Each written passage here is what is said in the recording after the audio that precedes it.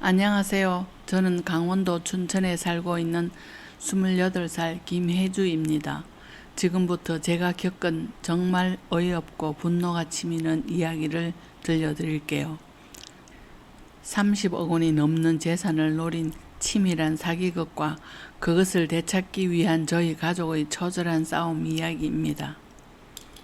결혼한 지 딱 한 달째 되던 목요일 오후였습니다. 남편 민우가 평소보다 일찍 집에 들어왔는데 얼굴이 새하얗게 질려 있었어요.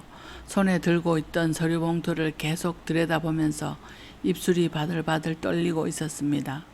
저는 남편의 이상한 모습을 보고 깜짝 놀랐어요. 평소에 무슨 일이 있어도 침착한 편인 남편이 이렇게 당황하는 모습은 처음 봤거든요. 민우야, 무슨 일이야? 얼굴이 왜 그래? 남편은 저를 보더니 고개를 절레절레 흔들었어요. 그리고는 소파에 털썩 주저앉으며 떨리는 목소리로 말했습니다. 아버지가 치매래. 그 순간 제 머릿속이 하얗게 변했습니다. 시아버지께서 치매라고요. 지난주까지만 해도 목공방에서 정정하게 일하시던 분이 갑자기 어떻게 그런 진단을 받을 수 있을까요? 시아버지 박철수 씨는 올해 65세로 춘천에서 40년 넘게 목공일을 해오신 분이었어요. 몸도 건강하시고 정신도 매우 맑으셨는데 갑자기 치매라니 믿을 수 없었어요. 누가 그런 말을 했어? 정말 확실한 거야? 병원에서 정식으로 진단받으셨대. 알츠하이머 초기라고. 남편은 서류 봉투에서 진단서를 꺼내서 보여줬어요. 춘천의 한 신경외과에서 발급한 진단서였는데 확실히 알츠하이머 치매 초기라고 적혀 있었어요. 그럼 누가 아버지를 병원에 데려간 거야? 김미영 씨라는 분이래. 아버지를 돌봐드리고 있는 분이라고 하시더라. 언제부터 그런 분이 계셨던 걸까요? 남편의 설명에 따르면 김미영 씨는 3년 전부터 시아버지를 돌봐드리고 있는 분이라고 했어요. 시어머니께서 돌아가신 후 외로워하시는 시아버지를 도와주고 계신다고 하더군요. 그런 분이 계셨는데 왜 우리한테는 말씀을 안 하셨을까? 아버지가 우리한테 부담 주기 싫어서 그러신 것 같아. 저는 뭔가 이상하다는 생각이 들었어요. 아무리 그래도 가족들에게는 알려주셨어야 할 텐데 왜 3년씩이나 숨기고 계셨을까요? 우리는 급히 춘천으로 내려갔습니다. 시아버지께서 사시는 집에 도착했을 때 낯선 여성 한 분이 문을 열어주셨어요. 안녕하세요. 김미영입니다. 민우 씨죠? 50대 중반으로 보이는 단정한 인상의 여성이었어요. 옷차림도 깔끔하고 말씨도 교양이 있어 보였어요. 네, 안녕하세요. 아버지는 어떠세요? 지금 낮잠 주무시고 계세요. 요즘 많이 피곤해하세요. 김미영 씨는 저희를 거실로 안내하며 시아버지의 상태에 대해 설명해 주셨어요. 3개월 전부터 기억력이 많이 떨어지기 시작하셨어요. 처음에는 단순한 건망증인 줄 알았는데 점점 심해지시더라고요. 기억력이 떨어지기 시작했다고요?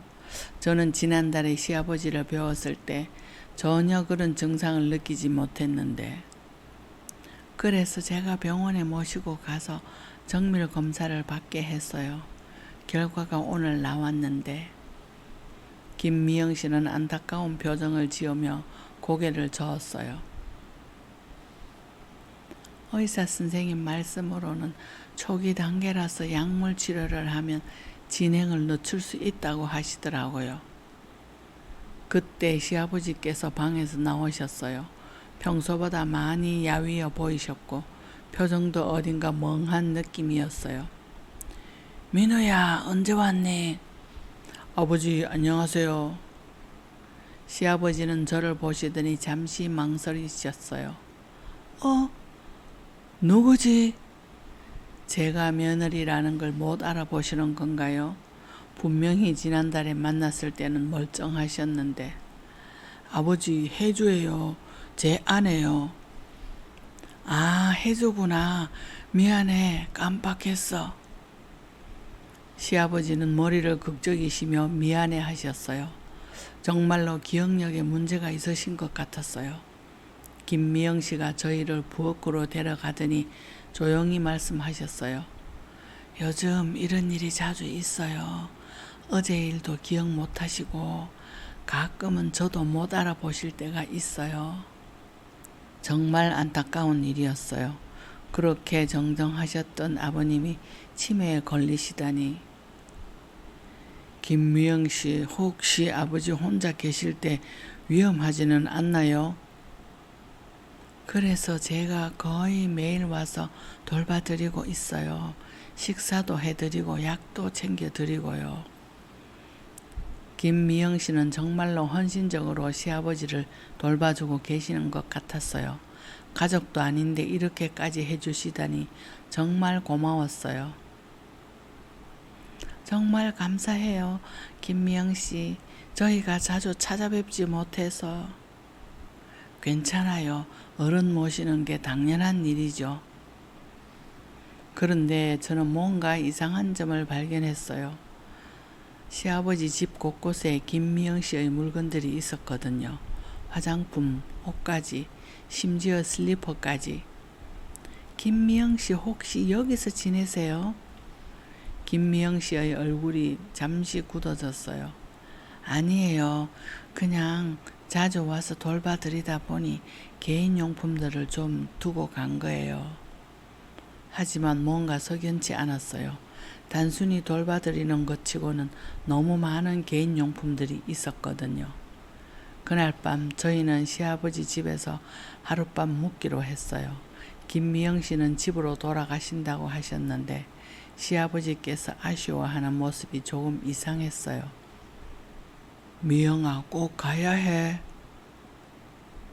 네, 내일 또 올게요. 시아버지와 김미영 씨의 관계가 단순히 돌봄을 받는 사이는 아닌 것 같았어요. 뭔가 더 가까운 사이 같았거든요. 김미영 씨가 떠난 후 저는 아버님께 조심스럽게 물어봤어요. 아버님, 김미영 씨와는 언제부터 아셨어요? 3년 전부터, 아니 2년 전부터인가? 잘 기억이 안 나네. 역시 기억이 확실하지 않으신 것 같았어요. 어떻게 알게 되셨어요? 그게 뭐였더라? 시아버지는 머리를 감싸주시며 기억하려고 노력하셨지만 결국 포기하셨어요. 그날 밤 저는 잠을 이룰 수가 없었어요. 뭔가 석연치 않은 점들이 너무 많았거든요. 다음 날 아침 김미영 씨가 일찍 오셨어요. 시아버지 아침 식사를 준비해 주시고 약도 챙겨 주셨어요. 이 약들이 뭐예요? 저는 시아버지께서 드시는 약들을 살펴봤어요. 치매 치료제 외에도 여러 가지 약들이 있었거든요. 치매 진행을 늦추는 약이고 이건 영양제, 이건 수면제예요. 수면제까지 드시는 건가요? 네, 요즘 밤에 자주 깨시고 불안해 하세요. 그래서 의사 선생님이 처방해 주신 거예요. 저는 그 약들을 자세히 봤는데 뭔가 이상했어요. 같은 성분의 약인데 다른 병원에서 처방받은 것들이 섞여 있었거든요. 이 약들은 어느 병원에서 받으신 거예요? 여러 병원에서 받았어요. 더 좋은 치료를 받으시게 하려고 이곳저곳 다녀봤거든요. 여러 병원에서 같은 약을 처방받는 게 좋은 건가요? 오히려 위험할 수도 있을 텐데요. 점심시간이 되자 김미영 씨가 시아버지를 모시고 어디론가 나가셨어요. 어디 가세요? 은행에 잠깐 다녀올게요. 아버님 용돈 좀 찾아 드리려고요. 은행에 가신다고요? 저는 따라가 보기로 했어요. 은행에서 저는 충격적인 광경을 목격했습니다. 김미영 씨가 아버지의 통장으로 큰 금액을 인출하고 있었어요. 무려 500만 원이나 되는 돈이었어요. 아버님, 여기 서명해 주세요. 시아버지는 영문도 모른 채 서명하셨어요. 치매 때문에 판단력이 흐려진 상태에서 말이에요. 저는 그 광경을 몰래 보고 소름이 돋았어요. 혹시 김미영 씨가 시아버지의 치매를 이용해서 돈을 빼돌리는 건 아닐까 하는 생각이요. 집으로 돌아와서 저는 시아버지께 조심스럽게 물어봤어요. 아버님, 오늘 은행에서 돈을 많이 찾으셨는데 어디다 쓰려고 그러세요? 돈? 내가 언제 돈을 찾았지? 시아버지는 전혀 기억하지 못하고 계셨어요. 김미영 씨와 함께 은행에 다녀오시지 않으셨어요? 은행? 아, 그랬나?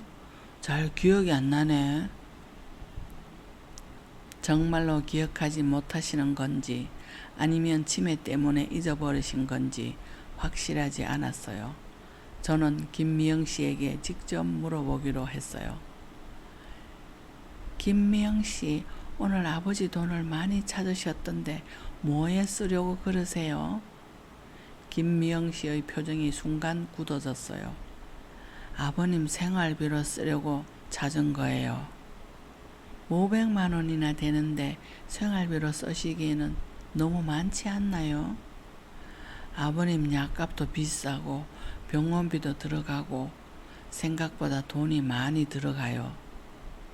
하지만 저는 납득이 되지 않았어요. 아무리 약값과 병원비가 비싸다고 해도 한 달에 500만 원씩 들어갈 이유는 없었거든요.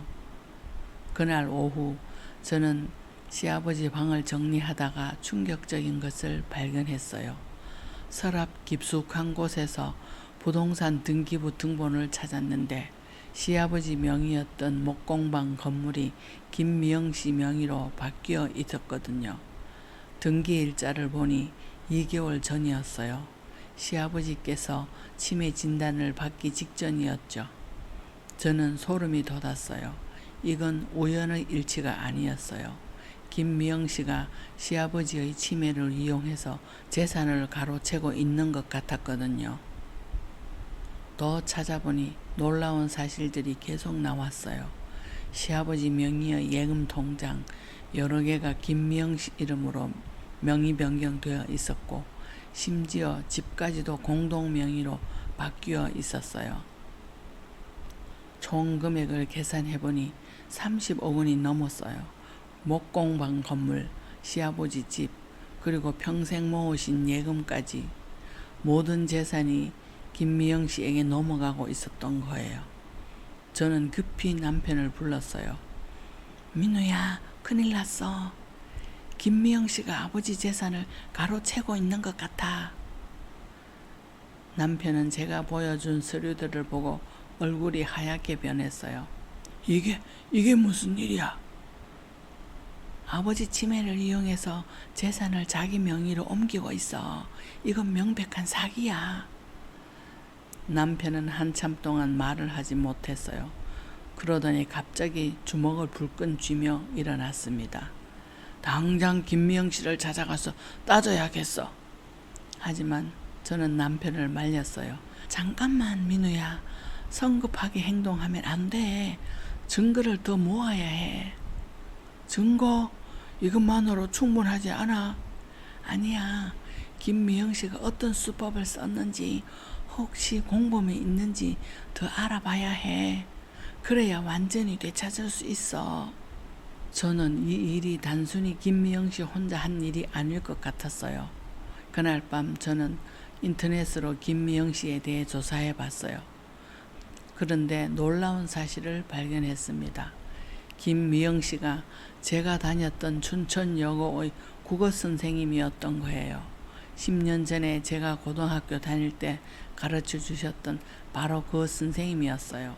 저는 소름이 돋았어요. 이건 우연이 아니었어요. 김미영 선생님이 저를 기억하고 계시면서 의도적으로 시아버지에게 접근한 거였어요. 더 조사해보니 김미영 선생님의 과거에 대한 의심스러운 기록들이 있었어요. 3년 전에 명예퇴직을 하셨는데 그 이유가 학부모와의 금전 문제 때문이었다는 소문이 있었거든요. 그리고 김미영 선생님의 남편이 5년 전에 돌아가셨는데 그분도 돌아가시기 전에 치매 진단을 받으셨다는 기록이 있었어요. 저는 확신했어요. 김미영 선생님이 이런 일을 처음 하는 게 아니라는 것을 말이에요. 다음 날 저는 용기를 내어 김미영 선생님을 직접 찾아가기로 했어요. 진실을 확인해야 했거든요. 그리고 그곳에서 더욱 충격적인 사실을 알게 되었습니다. 김미영 선생님이 살고 계신다는 주소를 찾아갔을 때 저는 정말 놀랐어요. 춘천 시내의 고급 아파트 단지였거든요. 평수도 상당히 큰 것 같았고 주차장에는 비싼 외제차들이 질비했어요. 교사 월급으로 그리고 그 연금으로 이런 곳에서 살 수 있을까요? 저는 의구심이 더욱 커졌어요. 아파트 현관에서 초인종을 눌렀더니 김미영 선생님의 목소리가 들려왔어요. 누구세요? 선생님, 김혜주예요. 잠시 뵙고 싶어서 왔어요.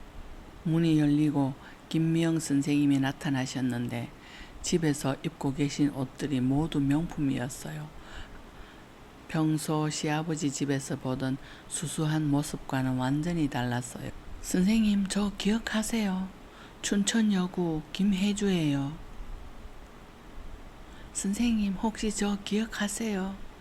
춘천여고 다니던 김혜주예요. 혜주? 혜주야, 어떻게 여기를? 김미영 선생님은 당황하시는 것 같았어요. 선생님, 이야기 잠시 좀 할 수 있을까요? 그래, 들어와. 집 안은 더 놀라웠어요. 고급 가구들과 비싼 장식품들도 가득했어요. 특히 거실 벽에 걸린 그림들은 유명 작가의 작품들 같았어요. 선생님, 정말 멋진 집이네요. 고마워. 차 한 잔 줄까? 선생님은 부엌으로 가시면서 무언가 서류들을 급하게 치우시는 모습이었어요. 저는 그 틈에 거실을 둘러봤는데 탁자 위에 시아버지의 인감도장과 인감증명서가 있어서 깜짝 놀랐어요. 선생님, 이게 뭐예요? 선생님이 차를 들고 오시다가 제가 가리키는 것을 보고 얼굴이 하얗게 변했어요. 아, 그게 아버지 인감도장이 왜 여기 있어요? 김미영 선생님은 한참 말을 못하시더니 억지로 웃으며 대답하셨어요. 아버님이 건망증이 심하셔서 내가 대신 보관하고 있어. 대신 보관한다고요? 인감도장을 남에게 맡기는 건 정말 위험한 일인데. 선생님, 솔직히 말씀해 주세요. 혹시 아버님 재산을 가로채고 계시는 건 아닌가요? 김미영 선생님의 얼굴이 급변했어요. 뭔 소리야? 내가 왜 그런 짓을? 목공방 건물도 선생님 명의로 바뀌었고 예금 통장도 다 선생님 명의로 되었던데요. 저는 제가 조사한 내용들을 하나씩 말했어요. 김미영 선생님의 얼굴이 점점 굳어갔어요. 혜주야, 너 지금 나를 의심하는 거야? 의심하는 게 아니라 선생님이 우리 아버님을 속이고 계신 거잖아요. 김미영 선생님은 잠시 침묵하시더니 갑자기 태도를 바꾸셨어요. 너무나 당당하게 그래, 맞아.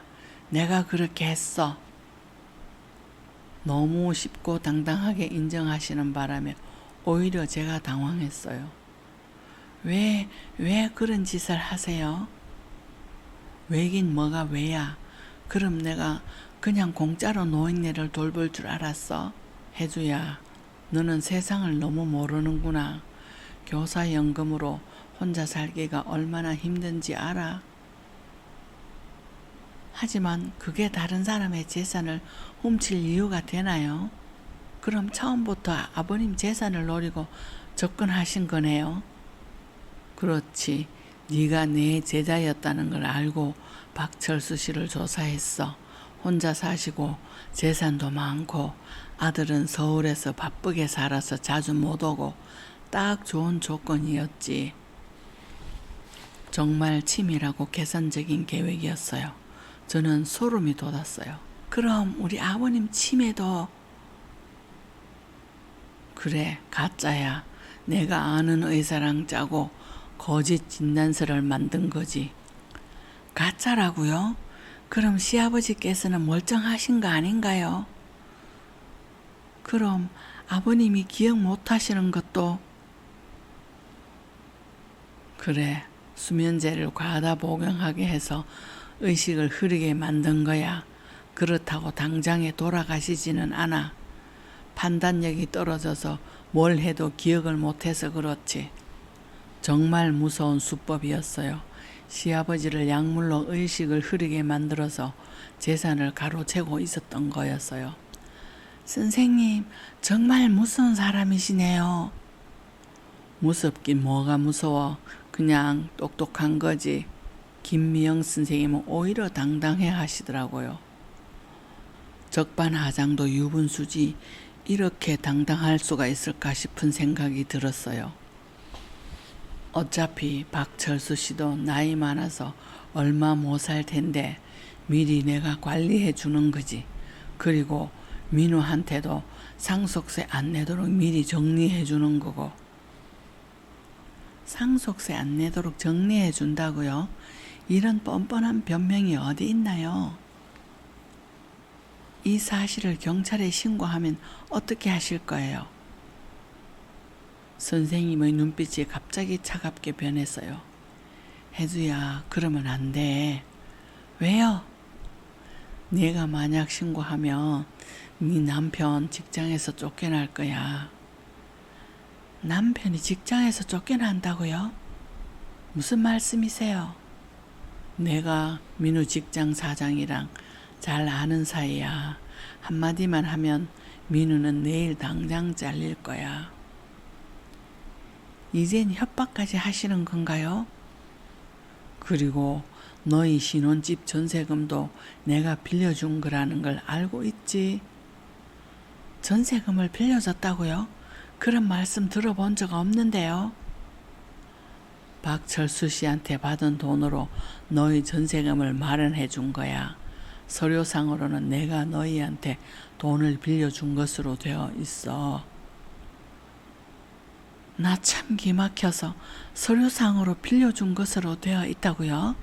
그럼 저희가 김미영 선생님께 빚을 진 걸로 되어 있단 말인가요? 만약 내가 그 돈을 당장 갚으라고 하면 어떻게 할 거야? 저는 순간 등골이 오싹해졌어요. 김미영 선생님이 이렇게까지 치밀하게 계획한 줄 몰랐거든요. 선생님, 그런 짓까지 하셨던 거예요?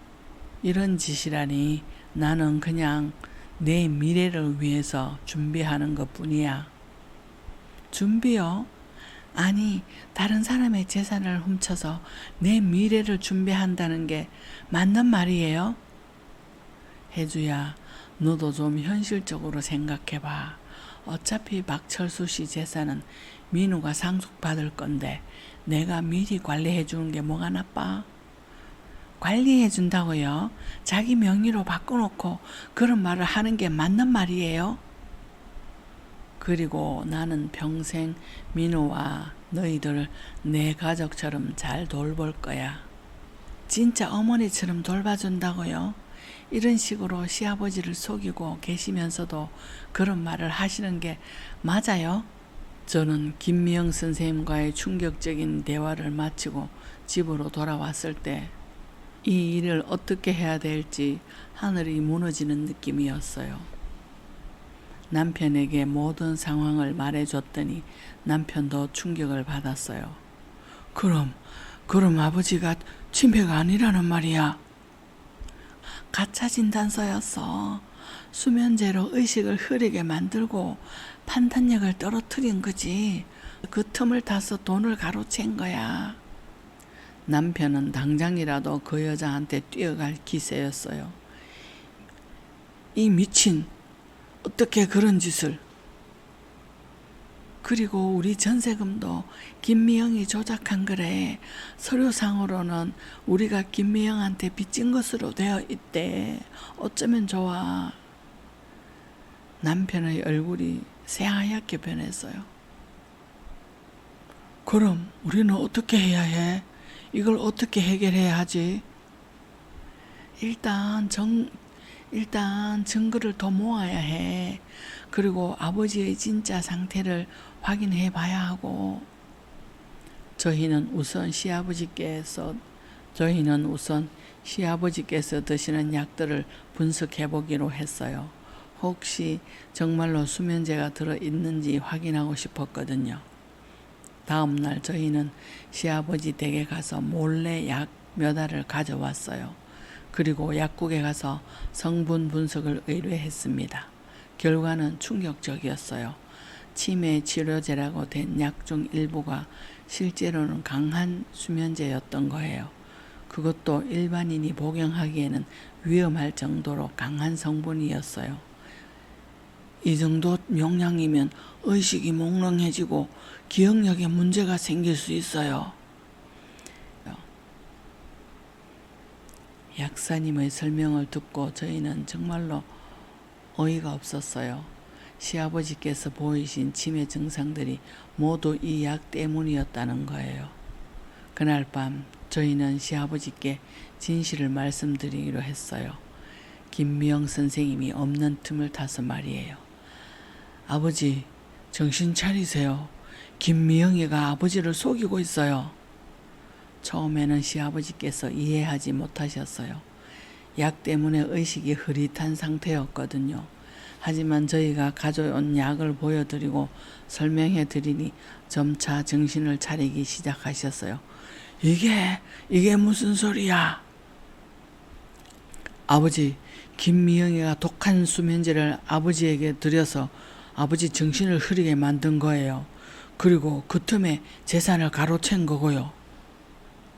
시아버지는 그 말을 듣고 한참 동안 말씀을 못 하시더니 갑자기 화를 내기 시작하셨어요. 그럼 내가 바보처럼 속은 거야. 아버지 잘못이 아니에요. 김미영이가 너무 교묘하게 속인 거죠. 시아버지는 자신의 통장과 부동산 서류들을 확인해 보시고는 더욱 분노하셨어요. 30억이나 되는 내 재산을 다 가져갔다고? 아휴. 네, 목공방도 집도 예금도 모두 김미영 이름으로 바뀌었어요. 시아버지는 기가 막히시며 고개를 저으셨어요. 내가 평생 모은 돈을 어떻게 이런 일이. 아이고 세상에. 저희는 시아버지께 앞으로의 계획을 말씀드렸어요. 아버님, 일단 경찰에 신고해야 해요. 그리고 법원에 재산 가압류 신청도 해야 하고요. 하지만 시아버지는 걱정스러워 하셨어요. 김미영이가 보복할 수도 있지 않을까? 이 정도 교묘하게 했다면 또 누가 다른 사람이 있을 수도 있지. 맞아요. 김미영 선생님이 저희를 가만두지 않을 것 같았어요. 남편 직장 문제와 전세금 문제로 협박할 가능성이 높았죠. 아버지, 그래도 가만히 있을 수는 없어요. 법적으로 대응해야 해요. 저희는 다음 날 바로 변호사 사무실을 찾았어요. 상황을 설명하고 법적 조치를 의뢰했습니다. 변호사님은 저희 이야기를 듣고 매우 심각한 표정을 지으셨어요. 이건 명백한 사기죄에 해당합니다.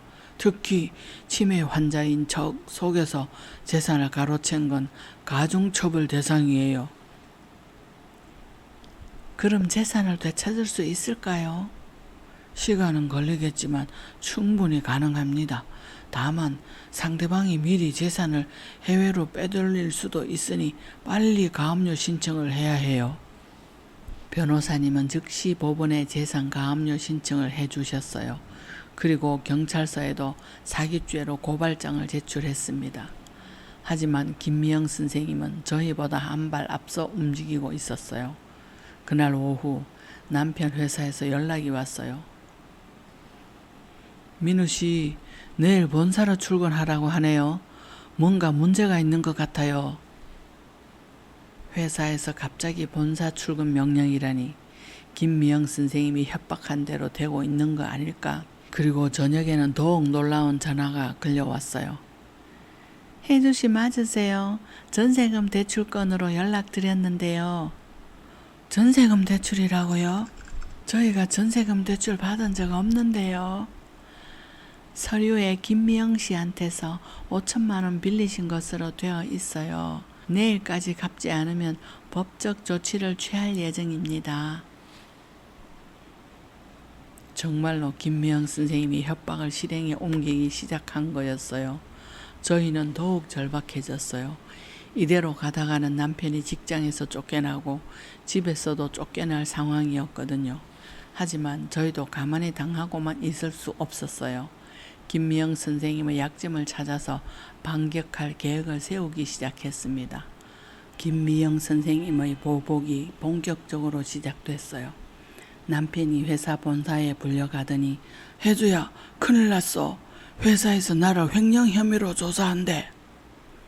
남편은 창백한 얼굴로 집에 들어왔어요. 횡령 혐의라고 그게 무슨 말이야? 내가 회사 돈을 빼돌렸다는 증거가 있다는 거야. 말도 안 되는데 말이야. 김미영 선생님이 정말로 남편을 모함한 거였어요. 아마도 회사 사장과 잘 아는 사이라는 말이 진짜였나 봐요. 더욱 놀라운 건 그 다음이었어요. 집 주인에게서 전화가 온 거예요. 세입자분, 전세금 대출해준 분이 돈 안 갚는다고 집을 뺀다고 하는데요. 맞나요? 저희가 대출 받은 적 없는데요. 김미영이라는 사람이 보낸 서류에 보면 5천만 원 빌려주고 돈 못 받았다고 이 집을 비워야 한다고 하네요. 정말로 김미영 선생님이 저희 집까지 빼앗으려고 하는 거였어요. 저는 급히 변호사님께 연락드렸어요. 변호사님, 김미영이 저희를 완전히 궁지로 몰아넣고 있어요. 예상했던 일입니다. 이런 사기꾼들은 보통 이런 식으로 피해자를 위협하죠. 그럼 어떻게 해야 하나요? 일단 모든 서류를 가짜라는 걸 증명해야 해요. 그리고 김미영의 다른 범죄 증거를 더 찾아야 하고요. 변호사님은 김미영 선생님이 과거에도 비슷한 범죄를 저질렀을 가능성이 높다고 하셨어요. 이런 수법은 하루아침에 만들어지는 게 아니에요. 분명히 전에도 이 비슷한 일을 했을 겁니다. 그 말을 듣고 저는 김미영 선생님의 과거를 더 자세히 조사해 보기로 했어요. 인터넷으로 검색해보니 놀라운 사실이 발견됐습니다. 김미영 선생님의 전 남편이 돌아가시기 전에 이상한 일들이 많았다는 기사가 있었어요. 김 씨의 남편은 생전에 치매 진단을 받았으나 사후 부검 결과 뇌에는 치매에 관련된 병변이 발견되지 않았다. 김미영 선생님의 남편도 가짜 치매 진단을 받았던 거예요. 그리고 돌아가시기 전에 모든 재산이 김미영 선생님 명의로 바뀌어 있었다고 했어요. 더 조사해보니 김미영 선생님과 관련된 의사의 정보도 찾을 수 있었어요. 박상진이라는 신경과 의사였는데 과거에 가짜 진단서 발급 혐의로 조사받은 적이 있는 사람이었어요. 바로 이 사람이야. 시아버지의 가짜 치매 진단서를 발급한 의사가 박상진이었거든요. 저는 급히 이 정보를 변호사님께 알려드렸어요. 아주 좋은 발견입니다. 이 공범 관계를 입증할 수 있겠네요. 변호사님은 즉시 박상진 의사에 대해 수사도 요청하셨어요. 한편 경찰 조사도 시작됐어요. 김미영 선생님이 불려가서 조사를 받게 된 거예요. 하지만 김미영 선생님은 끝까지 발뺌하더라고요. 저는 박철수 씨를 정성껏 돌봐드린 것 뿐입니다. 재산 이전도 모두 본인이 동의하에 이루어진 일이에요. 본인 동의라고요? 약물로 의식을 흐리게 만들어 놓고 본인 동의라고 하는 거예요? 박철수 씨가 치매라는 진단을 받은 상태에서 그런 중요한 결정을 내릴 수 있었겠어요? 경찰관이 추궁하자 김미영 선생님은 이렇게 대답했어요. 치매 초기였기 때문에 간헐적으로 정상적인 판단이 가능했어요. 정말 뻔뻔한 변명이었어요. 하지만 저희에게도 위기가 닥쳤어요.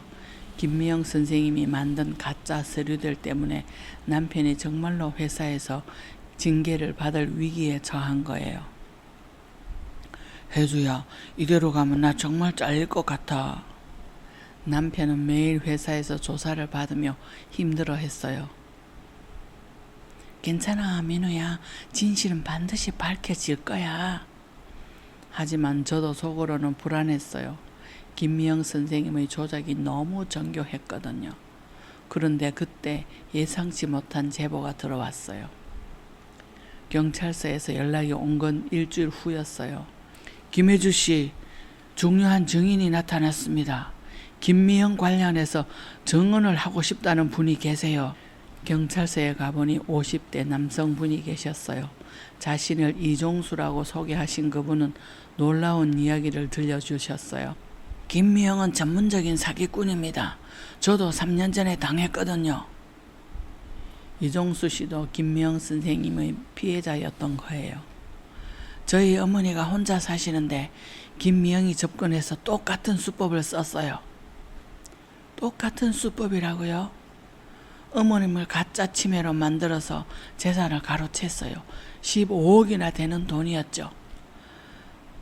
15억 원이라니 정말 큰 금액이었어요. 그때는 증거가 부족해서 되찾지 못했어요. 하지만 이번에는 다를 것 같아서 증언하러 온 거예요. 이종수 씨의 증언은 정말 도움이 됐어요. 김미영 선생님이 반복적으로 같은 범죄를 저질렀다는 것을 증명할 수 있었거든요. 더욱 놀라운 건 이종수 씨가 가져온 녹음 파일이었어요. 김미영이 박상진 의사와 통화하는 걸 몰래 녹음한 거예요. 녹음 파일에 충격적인 내용이 담겨 있었어요. 박 의사, 이번에도 치매 진단서 부탁해. 알겠어. 언제까지 필요해? 다음 주까지. 그리고 이번에는 좀 더 심각하게 써줘. 돈은 500만 원 줄게. 완전한 공범 관계였어요. 김미영 선생님과 박상진 의사가 짜고 가짜 진단서를 만들고 있었던 거예요. 이 녹음 파일이 결정적 증거가 됐어요. 경찰은 즉시 박상진 의사도 체포했고 김미영 선생님에 대한 구속영장도 신청했어요. 하지만 김미영 선생님은 마지막까지 당당하게 발악했어요. 혜주야, 내가 이렇게 나오면 정말 후회할 거야. 구속 직전에 김미영 선생님이 저에게 전화를 걸어온 거예요. 무슨 소리예요? 내가 지금까지 너희 아버지를 위해 얼마나 많은 걸 해줬는데 이렇게 배신하면 되는 거야? 너희 가족을 위해 해줬다고요? 재산을 훔치고 협박한 게 저희를 위해서라는 말인가요? 선생님, 이제 그만하세요. 모든 게 다 밝혀졌잖아요. 밝혀졌다고? 하하하, 너는 아직도 모르는구나. 뭘 모른다는 거예요? 혜주야, 너 정말 내가 혼자 이런 일을 했다고 생각해? 혼자 한 일이 아니라고요? 내 뒤에는 더 큰 조직이 있어. 이런 일을 전문적으로 하는 사람들이 있다고. 더 큰 조직이라고요? 김미영 선생님이 더 큰 사기 조직의 일원이었단 말인가요? 선생님, 그게 사실이라면 더욱 문제가 심각한 거잖아요. 그러니까 지금이라도 고소를 취하해. 그러면 너희 재산은 돌려줄게. 하지만 저는 절대 굴복할 수 없었어요. 안 해요. 끝까지 갈 거예요. 그럼 어쩔 수 없지. 너희가 선택한 일이야. 전화가 끊어졌습니다. 그 다음날 김미영 선생님은 정말로 구속됐어요. 사규죄, 문서위조죄, 협박죄 등 여러 혐의로 말이에요. 하지만 재산을 되찾는 일은 쉽지 않았어요. 김미영 선생님이 이미 상당 부분을 다른 곳에 숨겨놨을 가능성이 높았거든요. 김미영이 해외 계좌로 돈을 빼돌린 흔적이 발견됐습니다. 경찰의 조사 결과 김미영 선생님이 홍콩과 싱가포르 계좌로 15억 원 정도를 미리 빼돌렸다는 것이 확인됐어요. 그럼 그 돈은 못 찾는 건가요? 시간은 걸리겠지만 국제 공조를 통해 추적. 다행히 목공방 건물과 시아버지 집은 아직 팔리지 않은 상태여서 되찾을 수 있었어요. 법원에서 가압류 결정을 내려줬거든요. 그리고 며칠 후 더욱 놀라운 소식을 들었어요. 김미영이 속해 있던 사기 조직이 일망타진됐습니다. 김미영 선생님의 말대로 정말로 더 큰 조직이 있었던 거예요. 전국 각지에서 노인들을 상대로 같은 수법의 사기를 벌이고 있었던 조직이었어요. 총 피해액이 200억 원이 넘을 것으로 추정됩니다. 200억 원이라니 정말 어마어마한 규모였어요. 김미영은 이 조직에서 중간 간부 역할을 하고 있었어요. 서울, 경기, 강원 지역을 담당했네요. 김미영 선생님이 단순한 개인 사기꾼이 아니라 조직적인 범죄의 일원이었던 거예요.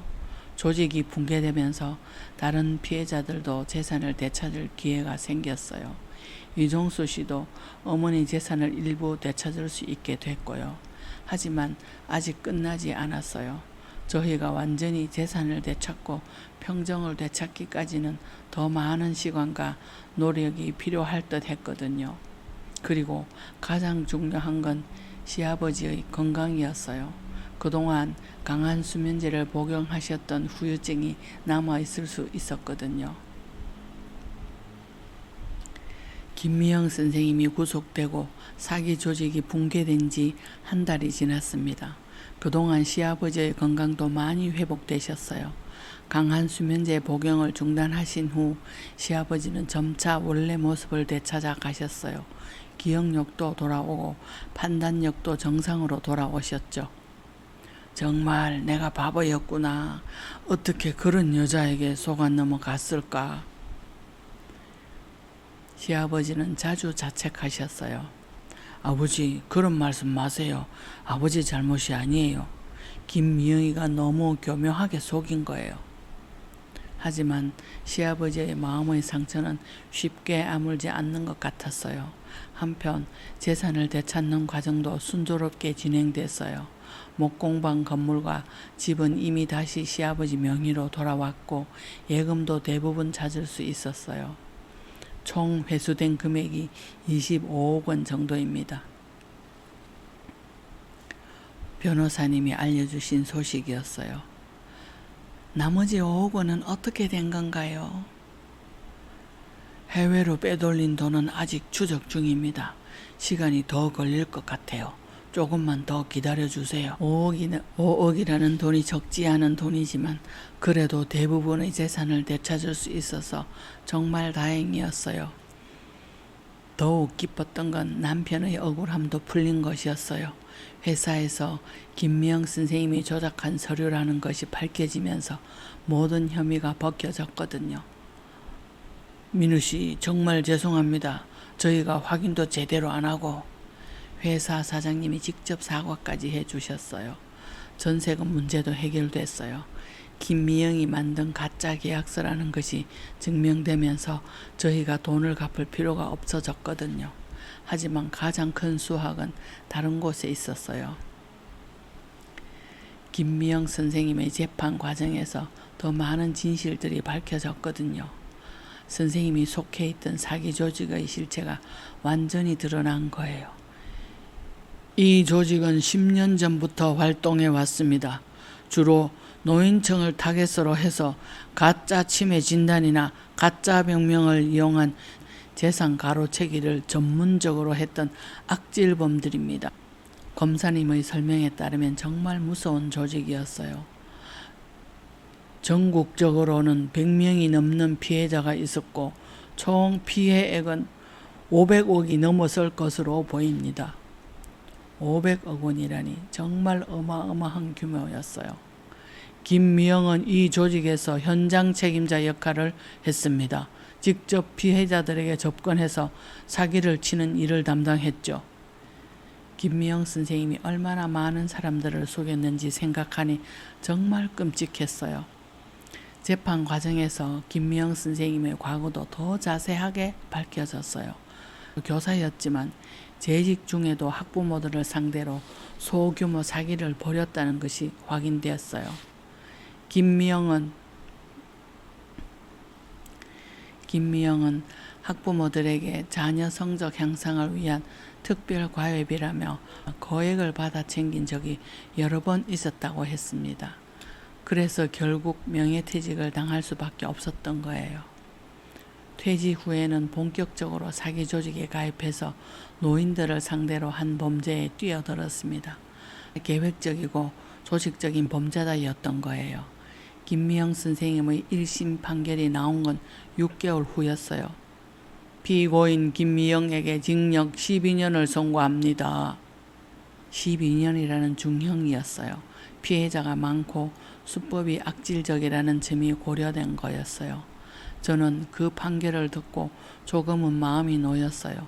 적어도 12년간은 김미영 선생님이 다른 사람들을 해칠 수 없게 됐으니까요. 박상진 의사도 징역 8년을 선고받았어요. 가짜 진단서를 발급한 혐의와 사기 공모 혐의가 인정됐거든요. 사기 조직의 다른 구성원들도 모두 처벌받았어요. 조직 전체가 와해된 거죠. 김미영 선생님의 재판이 모두 끝나고 1년이 지났습니다. 저희 가족도 이제 완전히 평범한 일상을 되찾았어요. 시아버지는 건강을 완전히 회복하시고 다시 목공일을 시작하셨어요. 예전처럼 큰 프로젝트는 하지 않으시지만 소소한 가구들을 만들며 즐거워하고 계세요. 이제야 진짜 내 인생을 사는 것 같아. 시아버지는 자주 이런 말씀을 하세요. 그동안 내가 너무 외로워서 판단력을 잃었구나. 시아버지는 정말 많이 달라지셨어요. 예전에는 혼자 지내시려고 하셨는데 이제는 저희와 함께 시간을 보내려고 노력하세요.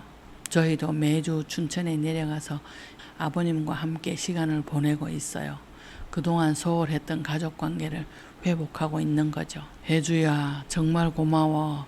네가 아니었다면 내 재산을 다 잃을 뻔했어. 시아버지는 자주 저에게 고마움을 표현하세요. 당연한 일 했을 뿐이에요, 아버님. 하지만 저는 이번 일을 통해 정말 많은 것을 배웠어요. 가족이 얼마나 소중한지, 그리고 서로를 지켜주는 것이 얼마나 중요한지 깨달았거든요. 남편과도 관계가 더욱 돈독해졌어요. 어려운 상황을 함께 헤쳐나가면서 서로를 더 신뢰하게 됐거든요. 혜주야, 네가 정말 용감했어. 나 혼자였다면 아버지를 못 도와드렸을 거야. 남편도 제가 한 일을 정말 고마워해요. 시아버지께서 되찾으신 재산으로 저희도 새로운 계획을 세우고 있어요. 우선 더 넓은 집으로 이사해서 아버님과 함께 살 수 있는 공간을 마련하려고 해요. 이제는 가족들이 자주만 시아버지도 이 계획에 적극적으로 동의해 주셨어요. 그리고 좋은 소식도 있었어요. 제가 임신을 한 거예요. 정말이야? 내 손자가 태어나는 거야? 아버님은 그 소식을 듣고 정말 기뻐하셨어요. 한편 김미영 선생님 사건은 큰 사회적 파장을 일으켰어요. 노인 대상 사기 범죄에 대한 경각심이 높아진 거죠. 정부에서도 노인 보호 대책을 강화했어요. 치매 진단을 받은 노인의 재산 처분에 대해서는 더 엄격한 절차를 거치도록 법이 바뀌었거든요. 김미영 사건이 법 개정의 계기가 됐습니다. 변호사님이 알려주신 소식이었어요. 저는 가끔 제가 겪은 일을 다른 사람들에게 알리는 강연도 하고 있어요. 비슷한 피해를 당하지 않도록 도움을 주고 싶어요. 조금이라도 이상하다고 생각되면 바로 가족들에게 알리세요. 그리고 전문가의 도움을 받아보세요. 저는 항상 이렇게 말해요. 실제로 제 강연을 듣고 비슷한 사기를 미리 막을 수 있었다는 분들도 계세요. 정말 보람 있는 일이에요. 김미영 선생님은 지금도 교도소에서 복역을 하고 있어요. 가끔 뉴스에서 다른 노인 대상 사기 사건이 나올 때마다 옛날 생각이 나요. 하지만 더 이상 화가 나지는 않아요. 오히려 우리 가족이 더 단단해질 수 있는 계기를 만들어줬다고 생각해요. 시아버지께서 되찾으신 재산 중 일부는 노인보호단체에 기부하셨어요. 그 이후로 저는 더 신중하게 사람을 판단하게 됐어요. 3. 여러분도 주변에 너무 친절하거나 의심스러운 사람이 있다면 조심하세요. 특히 노인분들을 노리는 사기꾼들이 많아요. 그리고 노인분들은 많이 외로워하시니까 젊은 분들이 잘 보살펴 드리고 안부도 자주 묻고 이상한 점이 있으면 바로 체크해 보시고요. 재산을 지키는 것도 중요하지만 더 중요한 건 가족 간의 사랑과 신뢰예요. 그것만 있으면 어떤 어려움도 이겨낼 수 있다고 봅니다. 댓글로 여러분의 생각과 경험도 들려주세요. 혹시 비슷한 경험이 있으시거나 조심해야 할 점들이 있다면 공유해 주시면 다른 분들에게도 도움이 될 거예요. 모두 건강하고 행복한 나날이 되기를 바라요. 긴 이야기 들어주셔서 감사합니다.